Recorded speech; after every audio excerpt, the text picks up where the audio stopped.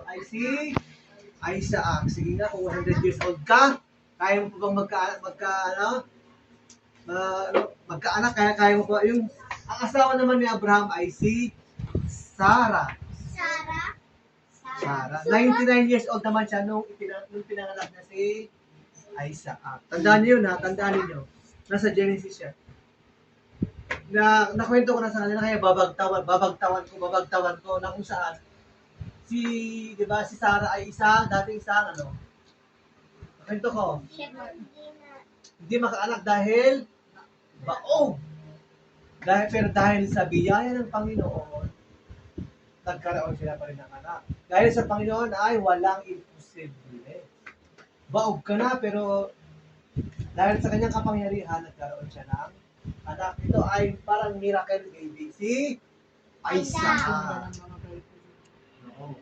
Miracle baby si Isaac. Ngayon, fast forward tayo ha. Fast forward tayo. Ngayon, namatay na si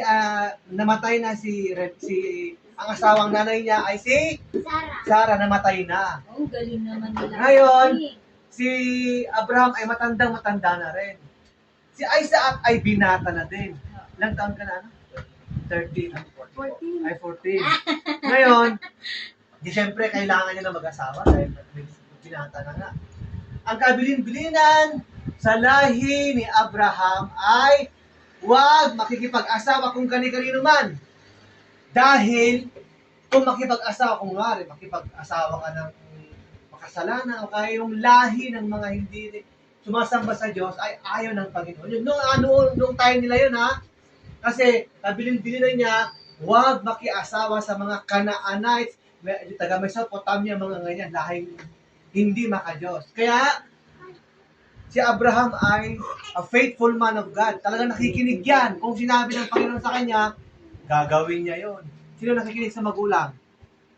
Nakikinig ba kayo sa magulang niyo? Ang sabi? Kaya sabi ng Panginoon sa kanya, okay, dapat ang magiging asawa ni Isaac ay maka-Diyos. Ngayon, makinig sa kwento. Pero si Abraham ay pinagpala. Marami siyang animals, mga cow, marami siyang gold, silver, at saka tauhan. Kasi pinagpala siya ng Panginoon. Tinikwento ko na lang yung kwento. Para hindi na tayo magtagal. Kasi kung magbasa pa tayo, hindi na tayo, 9:30, mag-start na kami ng Ngayon, pinagpala siya. Ngayon sabi ni Abraham sa katulong niya, ikaw, katulong ko yan. Kunwari si Hero sabi ko sa kanya, pumunta ka sa kapatid ko. Kasi noon, pwede asawahin mo yung pinsan mo. Di ba? Ikaw, magkapatid kayo. Tapos yung anak nyo, pwede mag-asawa. Magpinsan. Noong unang panahon. Dahil wala pang mga masyadong tao. Ngayon, yung kapatid, pero si Abraham sa kanyang kapatid niya, ang kapatid niya kasi ay si Laban. Malayo yung wala pang sakyan noon, by foot pa lang, kabayo pa lang, sobrang layo. Kaya inutusan niya yung katulong niya, napuntahan niya yon para kunin yung anak niya, para asawahin ni Isaac. Ngayon, ang pangalan naman ng anak ang inasawa ni Isaac ay sino nakakaalam? Si Sarah. Rebecca. Si Rebecca. Magkasmet kayo Rebecca? Ha? Classmate ako, Rebecca. Ngayon, naging asawa niya si Isaac. Diyan, para makita yung lahi ni Abraham, ang asawa ni Abraham ni si Sarah. Si Isaac naman, ang asawa niya ay si Rebecca. Yung lineage ng mga may pinagpapaalam pa. Kasi alam mo kasi pagka mahal na mahal ka ng Panginoon, pati anak ng anak mo, ng mga apo mo, pagpapalain ng Panginoon. Kaya katulad ni Gabes, yung mga magiging anak nyo, magiging apo nyo, pagpapalain ng Panginoon kung maglilingkod kayo sa Kanya. Ha? Kaya tandaan ninyo, always yan. Pag mag-serve kayo kay God, maging apo nyo, maging apuhan nyo, pagpapalaan ng Panginoon. Kagaya ni Abraham. Yan ang kwento. Okay? Ngayon, noong inasawa niya si Isaac, si Rebecca, naging marami siyang anak. Maraming descendants kasi nga father of many nations si Isaac. Okay, yung kwento natin ha? Ay si Abraham pala, si Abraham. Father of many nations. Yan yung noong pinanganak niya si Isaac, si Abraham ito. Siyempre matandang-matanda na siya Nakwento na namin ito. 100 years. O yan. Nung kwento namin noon na si Abraham ay i-offer si Isaac. Kaya na-test yung faith ni Abraham. Na-test yan. Yung i-offer, i-offer niya, ganyan niya. Papatay niya, i-offer niya sa Panginoon. Pero hindi natuloy dahil yan.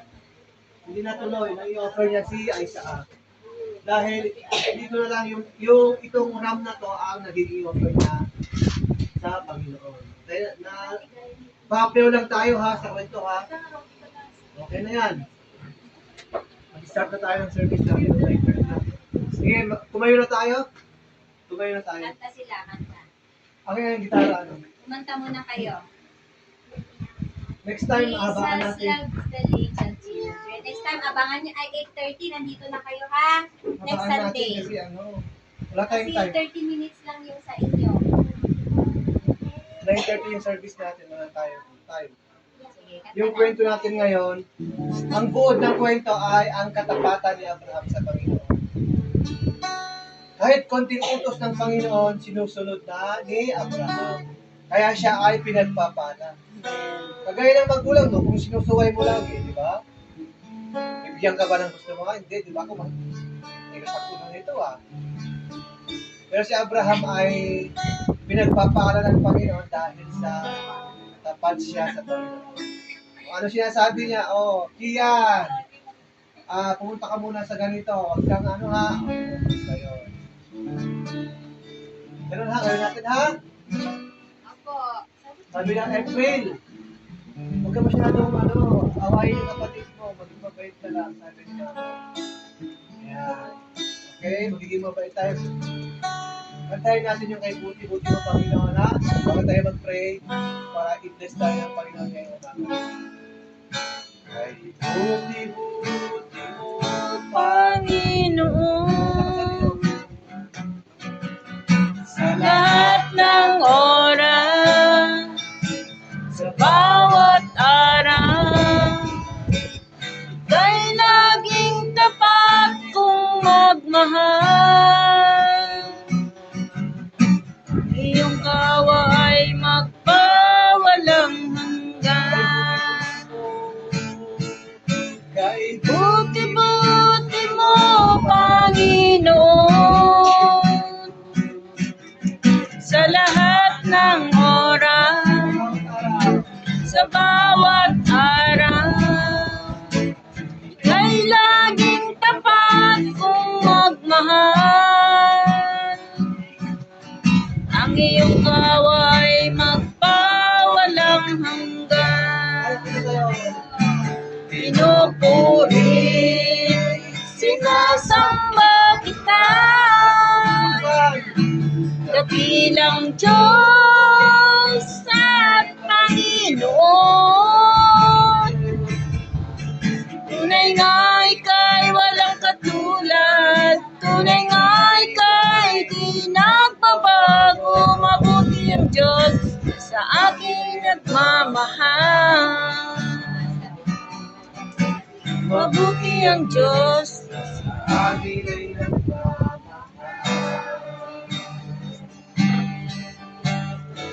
Let us pray. Close your eyes and let us pray. Panginoon, maraming salamat po, Lord God. For a short time, Panginoon, a period of time, Lord God. Aral namin ang buhay ni Abraham, Panginoon. Sa mga kabataan, sa mga bata nito, Lord God, Lord, itanim mo sa kanilang puso't isipan to be faithful, Panginoon, sa inyo, Lord God, at sa kanilang mga magulang, sa kanilang mga teachers, and everything, Panginoon, Lord. Dalangin namin, Lord God, ang mga kabataan, mga bata nito, that you will bless them, O God, indeed, Panginoon. Bigyan mo sila ng karunungan, ng talino sa kanilang pag-aaral, wisdom, understanding, Panginoon. Lord, and bless their family. Panginoon, maraming salamat po as we continue, Panginoon, Lord God, na mag-aaral, Lord God. Salamat, Panginoon. We give you glory, honor, and praise in Jesus' name. Amen. Amen.